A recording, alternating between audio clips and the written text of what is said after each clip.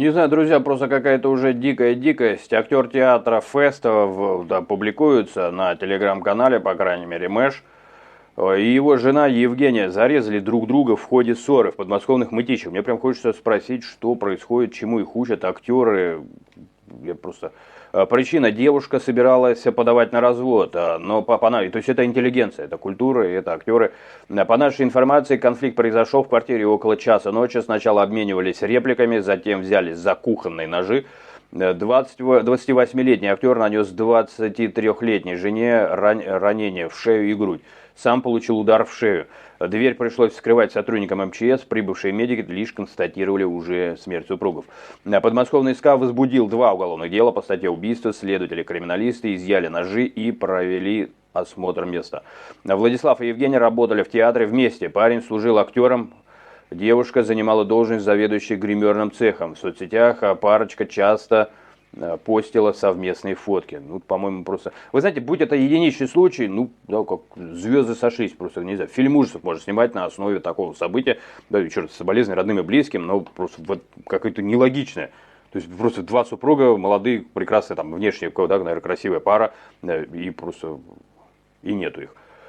Но когда это идет массово, когда идет массовое навязывание насилия, я напомню, там, «Слово пацана» фильм, где просто детей учат там, смотреть видики с извращениями. Ну, практически, да, это пропагандируется к этому, относится положительно. То есть герой, который дает там несовершеннолетним посмотреть какую-то порнуху, причем такую забубенную, это, то есть там с лошадями, он положительный герой в этом фильме. И милиция там на него работает, условно говоря. А несовершеннолетний там и преступления против несовершеннолетних. В фильме снимается просто реальный убийца. То есть надо Крыжовникова на допрос, где ты нашел его. Этого не происходит в России. Больше того, на площадке фильма некий Минихаев, ну, со своей какой-то культурой, возможно, я просто не знаю, ну, там, исламской, может быть, да, у них разрешено даже на 9-летних жениться. Я не против, я не знаю, то есть, рассказывайте мне, что это, наверное, нормально. Но и он в этом фильме целует на площадке 14-летнюю актрису Пересиль. И не попадалась информация, чтобы был подменный актер, актриса. То есть это был резонанс. На людей вообще плевать, и то есть все время навязываются какие-то извращения. Как ни посмотришь, там различные продюсеры, ну и так далее, там, короче говоря, все время звучат. Ну, частенько появляются там какие-то имена такие явно связанные с диаспорами, ну и опять же с теми же культурами, которые сейчас в России понастроили мечети. Ну, для себя, чтобы им было комфортно проживать в этой чужой стране. Ну, они ее уже считают своей, таких тоже фактов много, даже иногда в транспорте устраивают какие-нибудь крики провокационные, что это наша страна, чего вы там уже. Я еще раз, да, вот это все вроде бы по мелочи.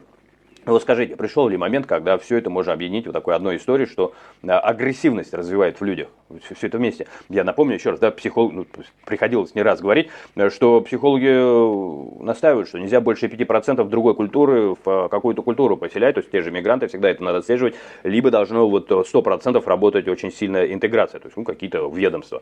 Если просто завести людей, ну как по миллиону в месяц, вот, как говорит Бастрыкин, заводит в Россию, причем в основном такие исламские ценности, то даже хоть эти обе культуры будут гениальными и прекрасными, то есть автоматически создаться такое масляное пятнышко, да, то есть масляный пузырь, то есть они начнут объединяться и создавать анклавы. То есть это психология социальная, это диверсия чистой воды, чтобы люди потом ссорились. Какие бы ни были, что одни, что другие, они обязательно будут ссориться, если другая культура на территории, и их больше 5% относительно основных носителей, то куда они приехали.